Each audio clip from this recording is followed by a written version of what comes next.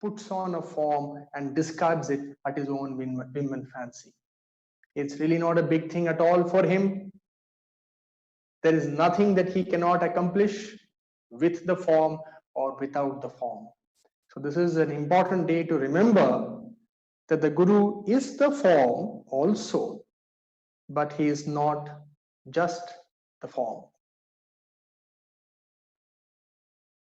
Many of you were kind enough to send me some input for this talk in the form of questions, in the form of points for discussion, in the form of ideas about what's challenging you and what you would like covered in this talk. And I have gone through the entire thing with great attention. I have seen what you had written. So thank you for that.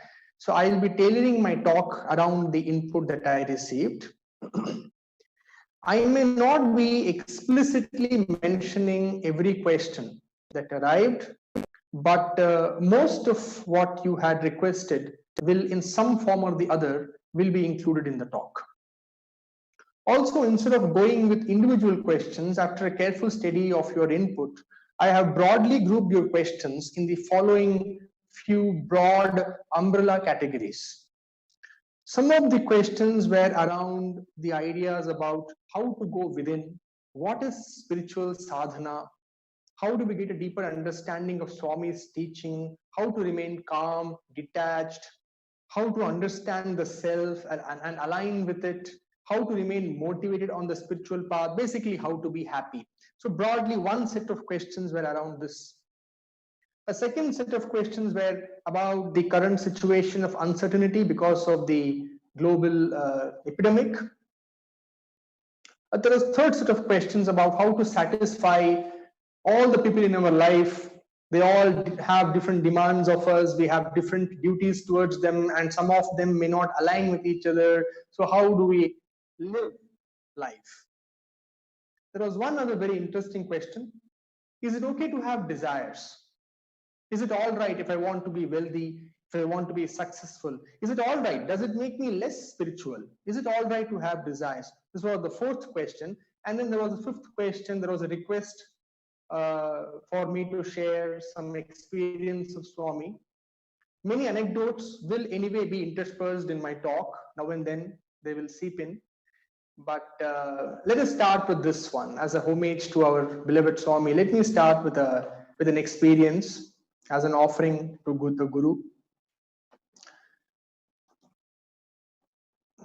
Most of you might have heard about the smallest yet the most powerful of all Upanishads, the Mandukya Upanishad.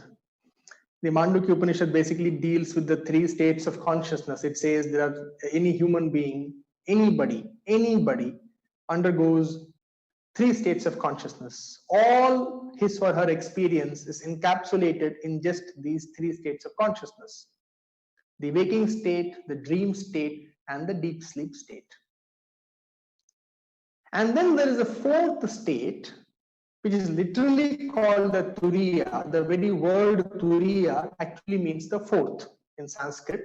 The literal translation of Turiya is the fourth. So there is a fourth state, unimaginatively called the Turiya in the Upanishad. It says that the fourth state runs like a continuous stream, like a thread in a necklace. It runs through all the three states. It is not a fourth state as distinct from the three states, but something that runs through all the three states, that is the Turiya. So this is the essence of the Mandukya Upanishad, and then it goes on to talk about the the power and the secret, the secret of the syllable Om.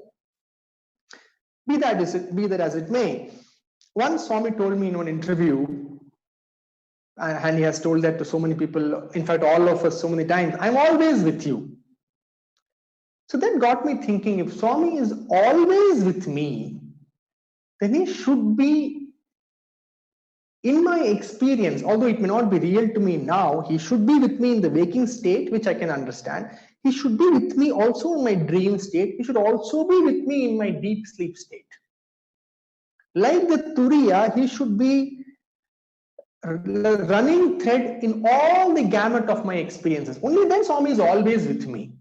So just this thought came, and in his own Swami, in his own beautiful way, he made this Mandukya Upanishad's teaching alive for me. So that is the experience. This was the prologue.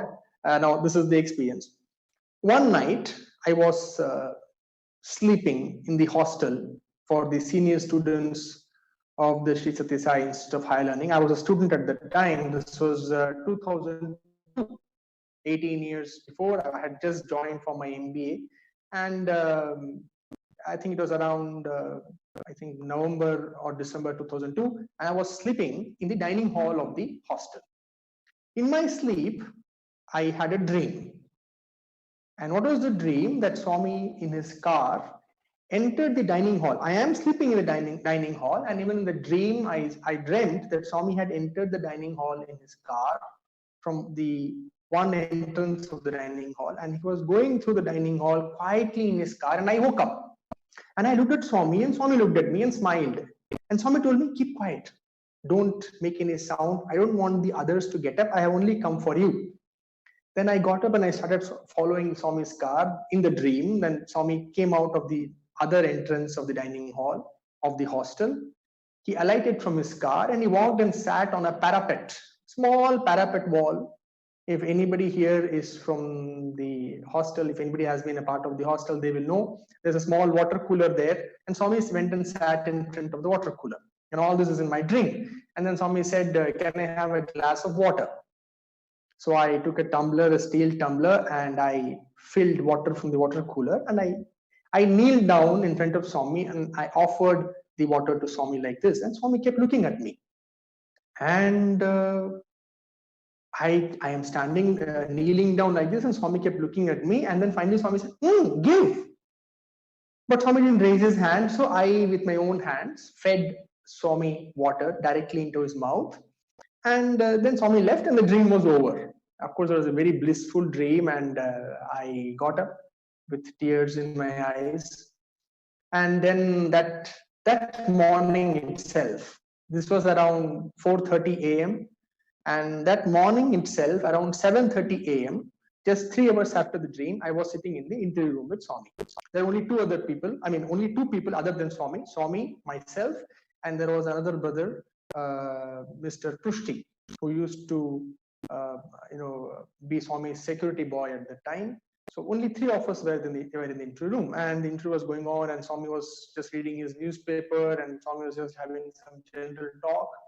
And then Swami looked at me in the interview room and said, and he pointed to the silver tumbler next to him. So we know when Swami looks at it, that means he wants water. So I was closest to the tumbler. I went, took the tumbler, and I kneeled down. And I offered water to Swami. And Swami is not taking it. He clearly pointed to the water, and I'm kneeling down and with the glass of water in my hand, and Swami is looking at me and I'm looking at Swami, and none of us knows what to do, and we are wondering, what should I do? I cannot keep the glass back. Swami has asked for water and he's not raising his hand to take the water. And then suddenly I remembered the dream just 3 hours back. And I was exactly in the same position as I was in the dream, and I was exactly, it was absolutely a replica of the dream. And then I suddenly remembered, and I realized intuitively what Swami was expecting me. And in the interview room, I gave water to Swami directly in the mouth, and Swami drank the water, and he burst out laughing. And I also laughed. It was a very sweet moment. Only Swami and we knew what's going on. Obviously, Rushdie brother was completely lost. He must have been thinking, what is this boy? What courage he has? Swami asks for water and he wants to give directly in Swami's mouth. So, but he obviously did not know what was the story behind it. So it was almost as if, to me, I remembered at that moment, I remembered the Mandukya Upanishad. Swami is not just the form. Swami is that consciousness, it is that dimension of ourselves which pervades every gamut of experience that we have.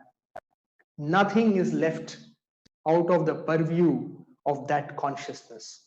That is why Swami can boldly say, wherever you go, whatever you do, however you are, wherever you are never away from me. Because Swami is not just the form, and he is so much more. And this is a beautiful day to remember the glory of the Guru, who is the timeless, causeless, beginningless, endless, ever real, ever present, silent consciousness, which is the center of our own being. Let me come to the first question, how to go within. And all the related questions will be covered. Firstly, I want to make it clear, I am here only to describe, not to prescribe. What it means is that I am not here to tell you what to do. I am not here to say this is the way, this is right, this is wrong. I am here only to describe my experience of my journey with Swami so far. So I am here to describe, not to prescribe. If some of it makes sense to you, some of it resonates with you, please, let's walk together. If it doesn't resonate with you, please feel free to ignore it. So, I don't know, I don't claim to know much. In fact, there is so much I don't know at all. But I do humbly claim that what I know well. Because whatever I speak today, every word of it will only be from my direct experience. I will not utter a single word just because I have read it somewhere, or because somebody has told me, or because I have heard it from somebody. Unless it has become true to me in my own experience, I will not speak of it. So this much I can promise to you, and I commit to you that whatever I say will be from my own experience. After that, if it resonates with you, take it. Otherwise, it's all fine. So what is it to go within? What is the meaning of going within?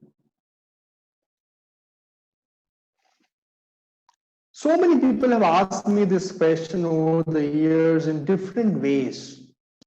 Everybody says go within, going within, in is the way out. The only solution to all our problems is going within. But many people don't get it. What is it to go within? Where do I go? Within what? Within where? How? And what is this within? And what is this without? What is outside? What is inside? Outside of what? Inside of what? So let me attempt to, initiate a discussion around this.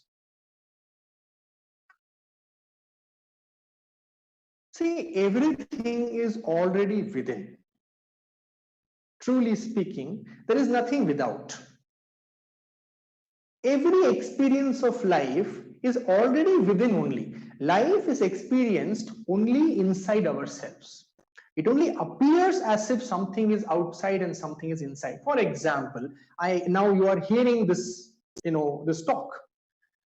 Where are you hearing this talk? You are not hearing this talk from the speaker of your laptop or your mobile phone. You are really hearing this talk inside your ears, which is, the effect of the vibration of your eardrum, and all the physics of it. So the talk is not actually being heard there, but it is actually being heard here. Where are you seeing my image? It may appear as if you're seeing the image on the screen, but really where you are seeing me is inside your own eyes, inside the screen of your retina. Where are you understanding this talk? This talk is also being understood inside your own mind, based on your own past conditioning and the meanings you attach to words. Suppose if I start speaking in a language you don't understand. Suppose I start speaking in, say, Tamil or French. Most of you won't understand a word of what I'm saying. So understanding of the talk is also happening within. This entire experience, some of you must be hearing this talk and already must be thrilled to pieces, and you must be really enjoying it, and some of you must be really bored. So you see, this experience of this talk also occurs to you in different ways. The talk is the same, but the experience within you can be dramatically different. The point I'm trying to make is that it only looks as if life is experienced outside. Life is entirely, the whole of it, 100% is experienced within only any way. So then what is it to go within? To go within means simply, it means to deepen our experience of life, to make our experience of life more intense, to make our experience of life more alive, more energizing, more involved, more empowered. Already we are all experiencing life within only, but to make that experience more and more intense and alive, that is actually going within. To make it more real, yeah, that's a good word, that's a good phrase. To make our experience of life extraordinarily real, that is actually going within. Now, let us look briefly at the experience of life. What is experience of life? Right now, how are we experiencing this life? Right now, we are experiencing this life. Probably right now, as you are sitting, you are experiencing this life probably as a physical sensation. Some of you are sitting erect, probably, and maybe you are feeling some pain in your lower back, probably. Maybe it's very cold out there. I don't know how it is in your part of the world now. So first experience of life is purely physical. It is, we could call, the experience of the body, right? The first experience of life is experience of the body. The second experience of life is the sensations, the sensory inputs, what I am seeing, what I'm hearing, what I am touching. That is the second experience. One level deeper we go, I experience life as thoughts.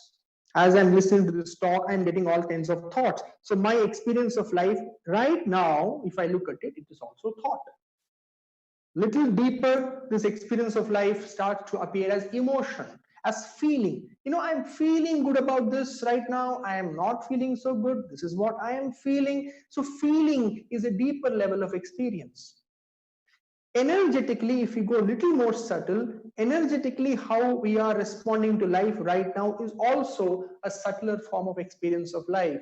As we go deeper and deeper, bringing into our experience subtler and subtler experiences of life, finally we come to the source of life itself, and we will see in a short while how we could try to do that. We come to the source of life itself, where I experience life as life itself. When life is experienced as life itself, it is the most authentic, real, and intense experience of life possible. And that is going within. So this process of peeling layer by layer and by layer, looking at different manifestations of life and going within to experience life as life itself in its most pristine, primordial, and existential dimension. That is going within. We will definitely see how we could do that. Also, there was a request, how can we understand Swami's teachings better? Swami, I used to use a quote in front of Swami, and Swami used to love that. Few times in my talks in front of Swami, I had used that quote, and then I'll go back to the interview room and Swami will ask me to repeat that quote. He used to love that quote. It is a small line from the Viveka Chudamani. Viveka Chudamani is a Sanskrit text written by Sri Adi Shankaracharya. The phrase goes something like this. It says, Shabda Jalam Maharanyam Chitta Brahmana Karanam. Shabda Jalam means the net of words. Maharanyam means it is a dense forest. The web of words is a dense forest. Chitta Brahmana Karanam. It means that alone is responsible for the wandering of the mind.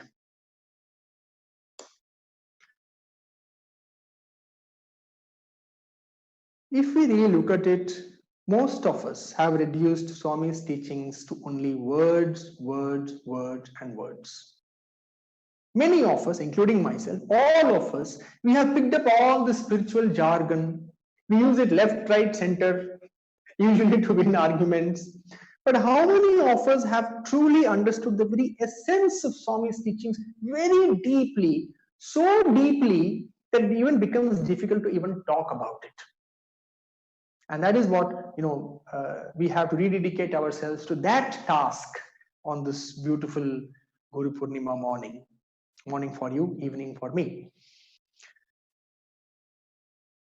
So what is Swami's essential teaching? Swami always used to talk about educare and education. Swami always used to say, what is educare? What is education? Education is everything that you gather from outside. Educare is that which arises from within. Now, this is something that is highly misunderstood. We think Bal Vikas or Bal Vihar or whatever you call it in your neck of the woods is educare. If we are teaching children or in fact teaching anybody how to live life, speak the truth, love all, serve all, help ever, we think this is educare.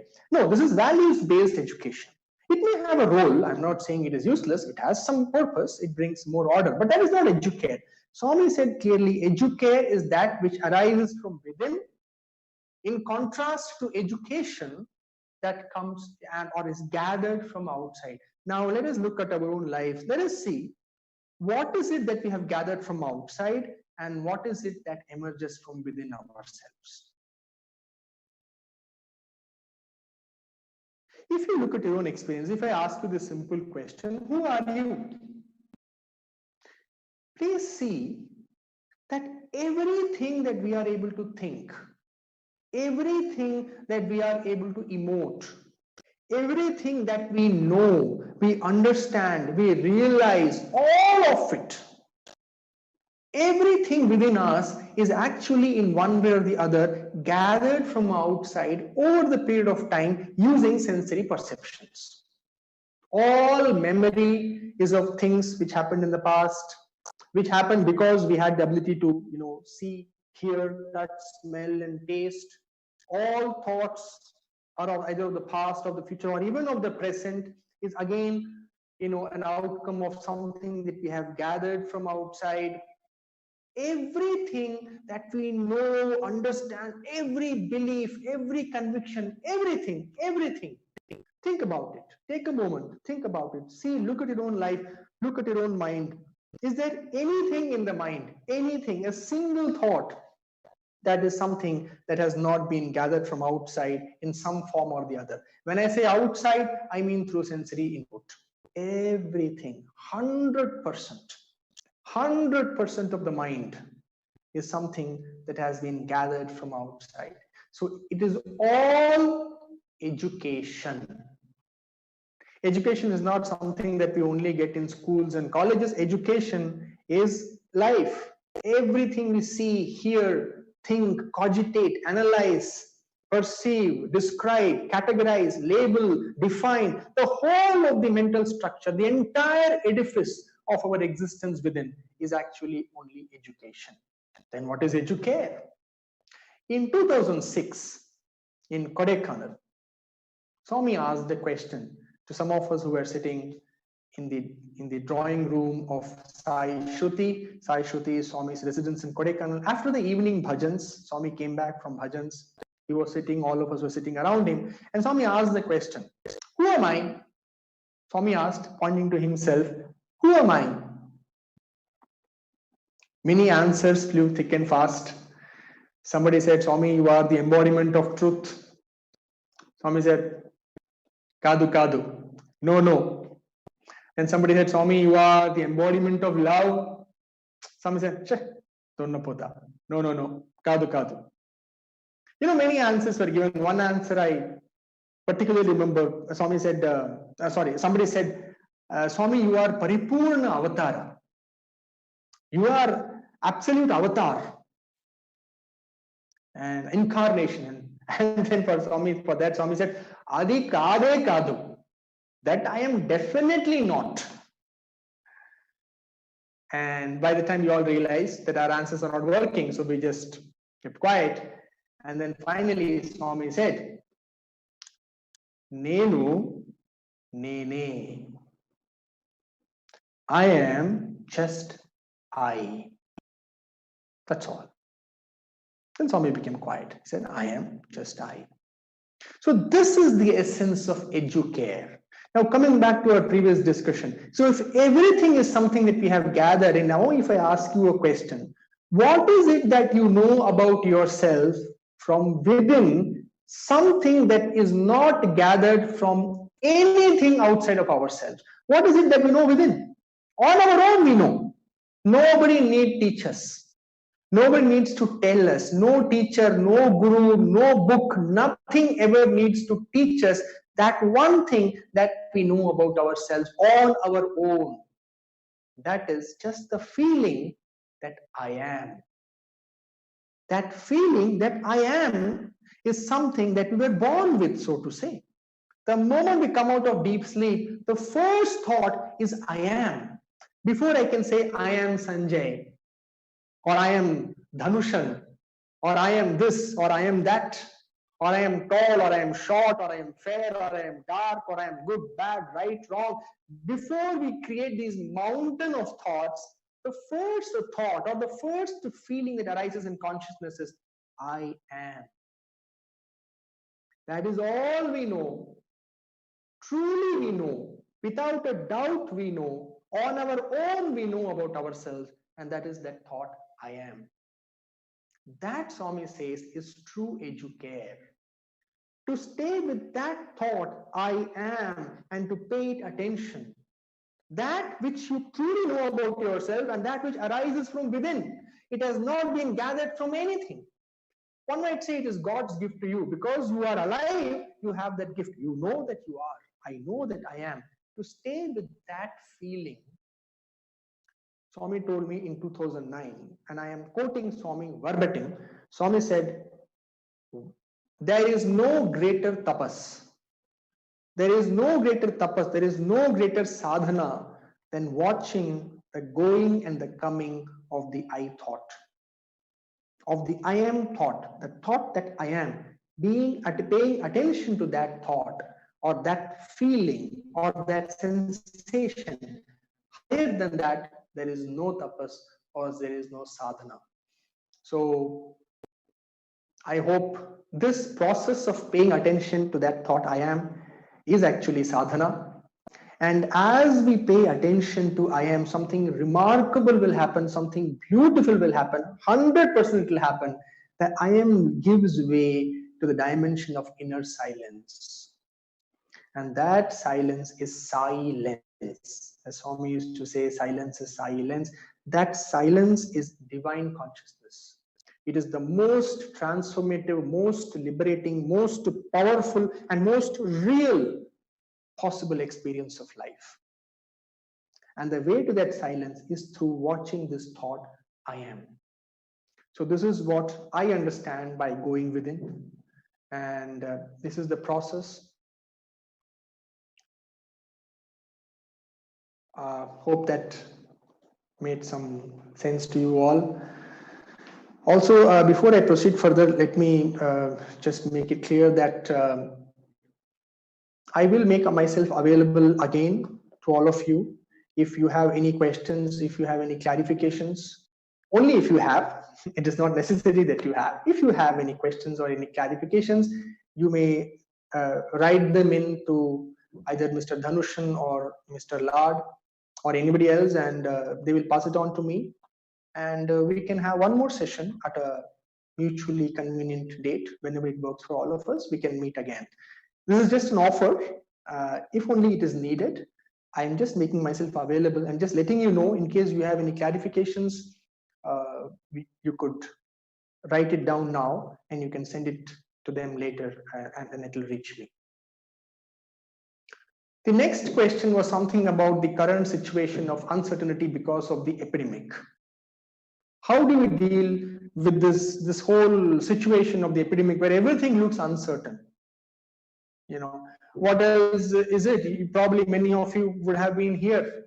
You must probably in December or something, you must have been planning your trip to India for Guru Purnima. In fact, I was planning a trip to the US in May, like last year. But here we are. You are there and I am here. Life is very uncertain, right? This epidemic has created all kinds of uncertainties, financial uncertainties, health related uncertainties, the well-being, our well-being, the well-being of all our loved ones, the economic, the political, the social uncertainties of the world order, so many levels of uncertainties. And this is really playing havoc with many people's mental state. So let us very briefly look at it. My question to you is this. When was life certain? Was life certain before the epidemic? If it was certain, then we should have known that such a thing will happen. Again, pay attention. When was life certain? Life was always uncertain. If you really look at it, is the next inhalation certain? Once I have exhaled, my next inhalation or next breath, is that certain?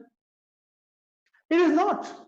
We all know one of our exhalations will be the last exhalation, which will not be followed by an inhalation. Yes, we all know that. One day, one exhalation will be the last. It will not be followed by another inhalation. So even when the next inhalation is not certain, what is certain in life? But you see, we live life as if everything is certain. Now that is another matter. That is a mental, psychological way of living. But existentially speaking, I'm not going to go into greater depth into this, but existentially speaking, the primordial reality of life is actually uncertainty. Everything about life is uncertain. Somehow we live in this mind-created bubble of certainty. But actually, life was, and ever will be totally uncertain. What is our problem with this uncertainty is, when we are in the midst of this uncertainty, we feel the ground under our feet sliding away. And that is called an earthquake. And it is not pleasant. It's very scary. When we do not have a firm place to stand, when we have no place to stand, it is obvious that we will feel shaken, we will feel scared, we will feel anxious. So the key here, how to deal with uncertainty, how to deal with any form of uncertainty in life, is basically to find within ourselves something that is certain. There is a beautiful paragraph in the Bible. It is in Matthew's book, I think chapter 7, verses 24 to 27. I just found it on Google and it was really beautiful and very relevant, where the Bible says, "He who is a wise man built his house on the rock. The rain fell, the floods came, the winds blew and beat on that house, but it did not fall because it had been founded on the rock."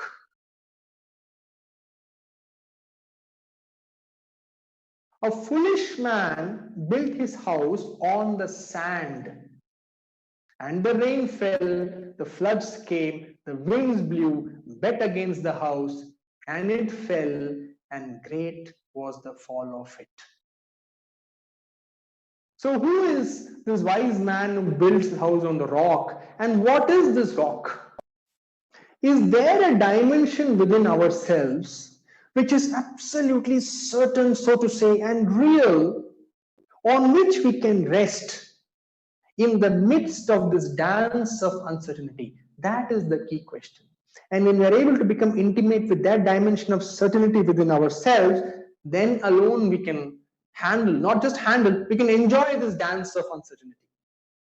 I'm reminded of a beautiful story. There was once a father and a small son, a toddler of a son. The father and the son, a tiny toddler, they went to a mela. You know what's a mela in India? We have these huge fairs. Lots of hundreds and thousands of people gather, and there's a lot of dance and music, and it's like a big fair. Now this tiny toddler was holding the index finger of his father, and he was enjoying this entire panorama of colors and gaiety and all this noise. The child was just feeling so thrilled and alive at the cacophony. In the midst of all that excitement, the father's finger slipped away from the son's hold. Suddenly, the son found that his father is nowhere to be seen, and he was terrified. The very sounds, the very colors, the very noise that was making the child thrilled to pieces 10 seconds back, the same thing was terrorizing him now. What he was enjoying few seconds back, the diversity of it all, that same diversity was now coming back to bite him, and he was scared, nervous, anxious, crying. What changed is the hold on that finger. So when we are able to hold on to that dimension within us, which is beyond the touch of all this, then we can truly enjoy life and enjoy the play of uncertainty and enjoy all these happenings, however horrible they may look to the mind. We can simply wade through life fearlessly. But for that, we have to get in touch with that. How do we get in touch with that? We saw a few minutes back. The best way, there are many other ways, I do not deny. There are many other ways, I'm sure there are, but this is what has worked for me, and it is my duty and it is also my right. This is all is my right to share with you what worked for me. So one way of it is to bring attention to ourselves. And that way, gradually we can fall into that state of consciousness which is untouched by all this uncertainty. The third question was how to satisfy so many people and fulfill different duties, some of which may not align with each other. So somebody asked this question, my mother expects something from me, my father expects something from me, friends expect something, I have other expectations from myself. So how do I, what do I do? All these questions and all these doubts come because we live in our mind. The mind will never have answers to anything. All the answers to all these questions starts with self-awareness. Once we start becoming aware of who we are, what are my thoughts? What are my emotions? How do I feel about certain things? What is it that I truly want? It will be surprising for most of you to hear that almost our entire lives we live without actually realizing what is it that I truly want. Because we never took the time to get in touch with ourselves truly. All the time we were in how I must be, how I should be, how Swami expects me to be, all these kind of mental dialogue, but we never took the time to truly get in touch with ourselves. What is it that I truly want? What is it that I am truly? When we start to get in touch with ourselves, remarkable things happen in life. An abundance of clarity descends on the head, and suddenly we simply know what we should do and how we should do, how we should deal with life. The whole thing suddenly, becomes clear when we start paying attention to ourselves in self-awareness. I have learned only one thing at Swami Lotus Feet.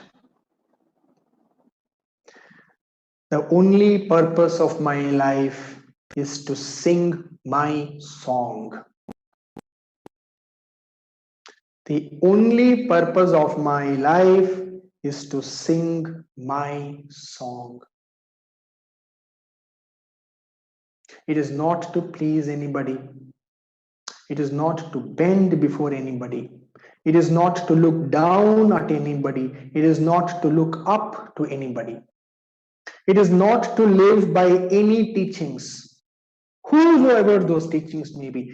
It is not to live by any idea, any belief, any conviction, any ideology, nothing. The only purpose of my life, and this is what I have learned from Swami, and this is what Swami has told me, taught me, the purpose of my life is to sing my song. And to sing it so well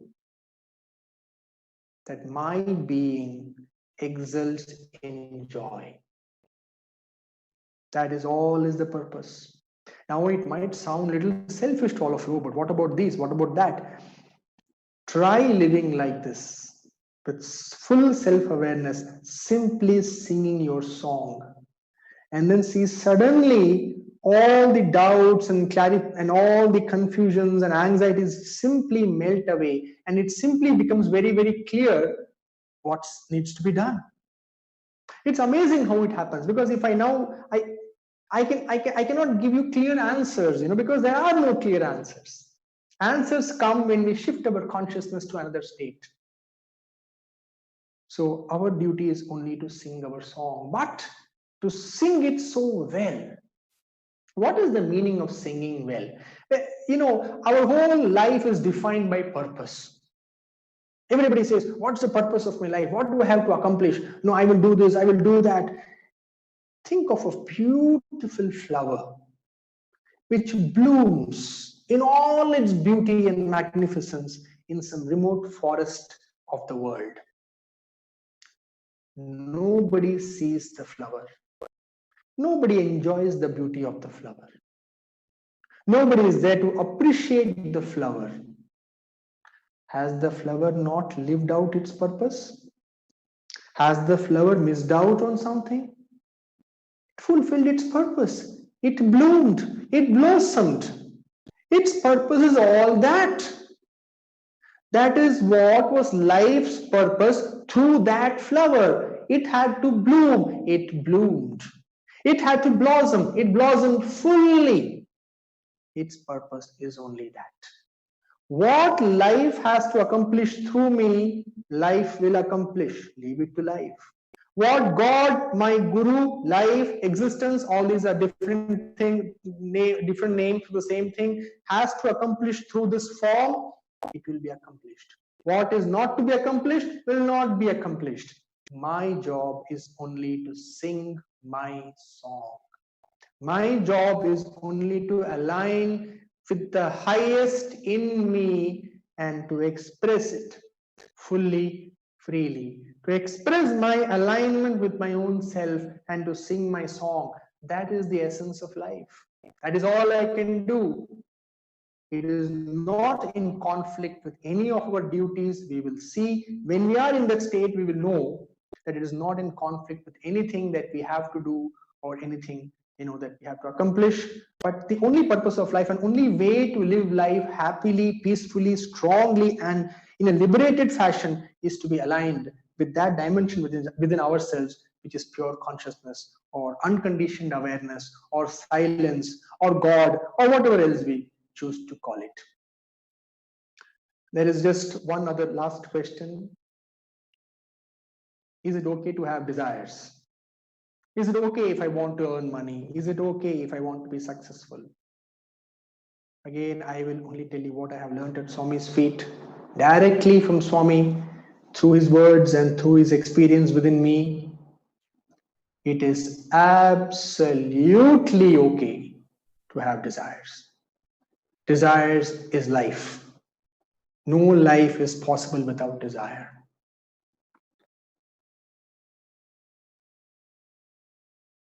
If we knew who we are, if we knew what we truly are, then we will know that we deserve everything.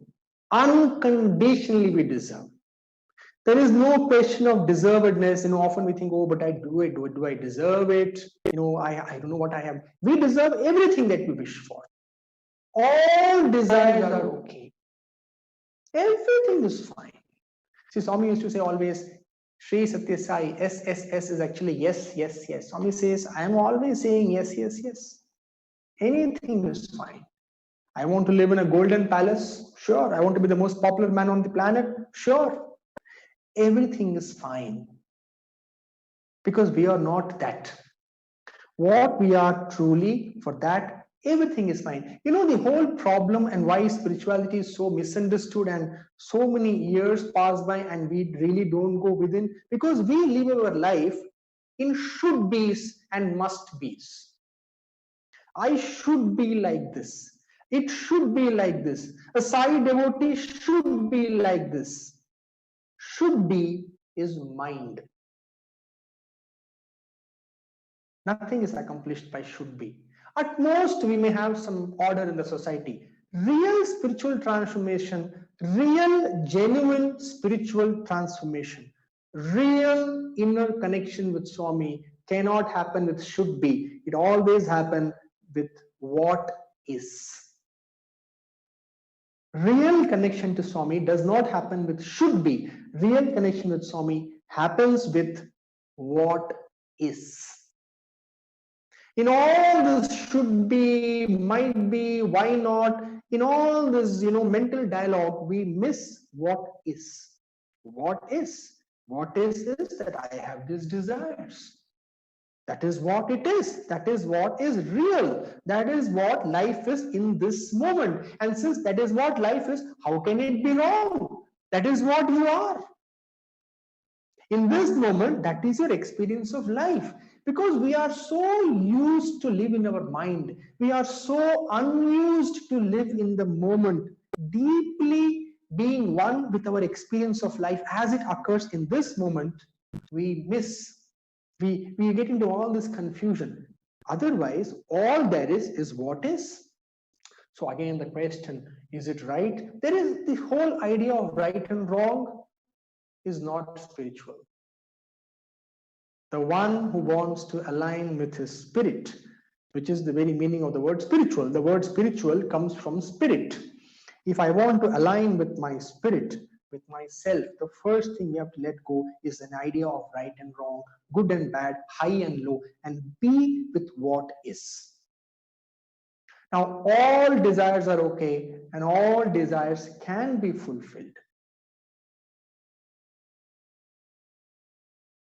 I will tell you a small experience. Once I wanted something very badly from Swami, and I was trying for a long time, for almost 3 months. I was praying in front of Ganesha to make that happen in my life, and it was not happening. So one day in the interview room, I asked Swami, this is what I want, and it is not happening. How to make it happen? Swami said, just this. It took me many years to understand. Swami simply said, will it, don't desire it. Swami said, will it, don't desire it. It took me much longer to understand what Swami said over my years of my own introspection and meditation. I finally began to get what Swami said, will it, do not desire it. See, the problem with desires actually, and why this question comes that is it okay to have desires, it is wrong, is it, is because desires take us away from ourselves. And desires cause disturbance in our head. It messes with our psychological being. And that is why this question comes. And that is why many traditional religions says desires are bad. Give up all desires. You can't give up all desires. Let's get real. Be real to your own experience of life. So, how do we deal with desire? In my own life, everything I have wished has been coming true to me in the most surprising ways. I never thought that I could have the things that I have today, but somehow life always seems to be, fulfilling everything that I want. So let me just put this to you for your consideration. The best way actually to fulfill desires is to simply offer your desires to Swami. And when I say this, it is something that I practice. Acknowledge your desire. Do not deny it. Do not judge it. Do not condemn it. Desire is life. Desire is energy. So, for example, the questioner, I want more money in my life. I want to invite more wealth in my life. It's all right. It is a legitimate desire. It is simply what it is. I am not saying it is right or wrong. I am not sitting in judgment. In Anyway, I'm just saying it is simply what it is. You have a desire to invite more wealth in your life. So the way to go about it, there are some ways. One is I can keep obsessing about it. How do I get wealthy? Why don't I have money? That person had so much money. Swami, please help me. Please give me money. Swami, money, please, please, please. So you see, we are continuously rotating in the desire consciousness. That is not an empowered way to live. Desire itself is not wrong, but to get stuck in desire consciousness, that disempowers us. Again, desires themselves are not wrong. They are neither wrong or there's nothing to be said about them. But to get stuck, compulsively to get stuck in desire consciousness, that is a very disempowering way of living life. What we need is, when there is a desire, we acknowledge the desire. Yes, Swami, I want to invite more wealth in my life. I completely acknowledge my desire. I embrace my desire. And the whole of it, I offer to your feet. Or you could say, the other way is through awareness, where you acknowledge the desire and come back to inner silence. It is the same, depending on your own proclivity, on your own inclination. You can either offer it to Swami, or you could come back to inner silence. The desire has been acknowledged, and then you come back, forget about it, and simply stay in the center of your being. You will be amazed at how fast your desires begin to find fruition. The fastest way and the most complete, the most joyous way for us to enjoy the fruits of our desire is actually to acknowledge our desire and come back to self-consciousness, to Atmic consciousness. Come back to the center and stay there. And you will find in miraculous ways, Swami makes your desires come true. Of course, one day, Swami's hope is that our desires mature into more elevated desires, and our desire, becomes more integrated into wanting to attain divine consciousness within ourselves. But that is not something that can be forced. That is not something that can be faked. We have to start with what is. So the gentleman or the lady who asked this question, who says, I have this desire, is it wrong? Absolutely, it is not wrong. You are the divine. There is no divine other than you. Other than you, there is no God. There never was, is, or ever will be any God other than what you are truly. So everything you desire, you deserve. Everything you desire, you shall have it. Nothing under the sun can come in your way, if we know how to handle our desire. The key is to acknowledge, not deny, not fight, not get into a conflict. Acknowledge, come back. Acknowledge, come back. Acknowledge, come back to the self. This way, we remain in an ocean of calmness, and all that we want, in the most beautiful and wholesome way, it starts to manifest in our life. So this is the secret of manifesting desires. It has, to a great extent, worked in my life. So I just thought I will put this for your consideration. And I think I am exactly out of my time right now. It's 1 hour. So again, thank you so much for having me. It was wonderful, although I am not able to see anybody, but I am able to connect with you in love and respect. So thank you, all of you, the devotees of Canada or Toronto Center. Hopefully we'll meet someday. When you come to Parthi, let me know. Probably we could meet.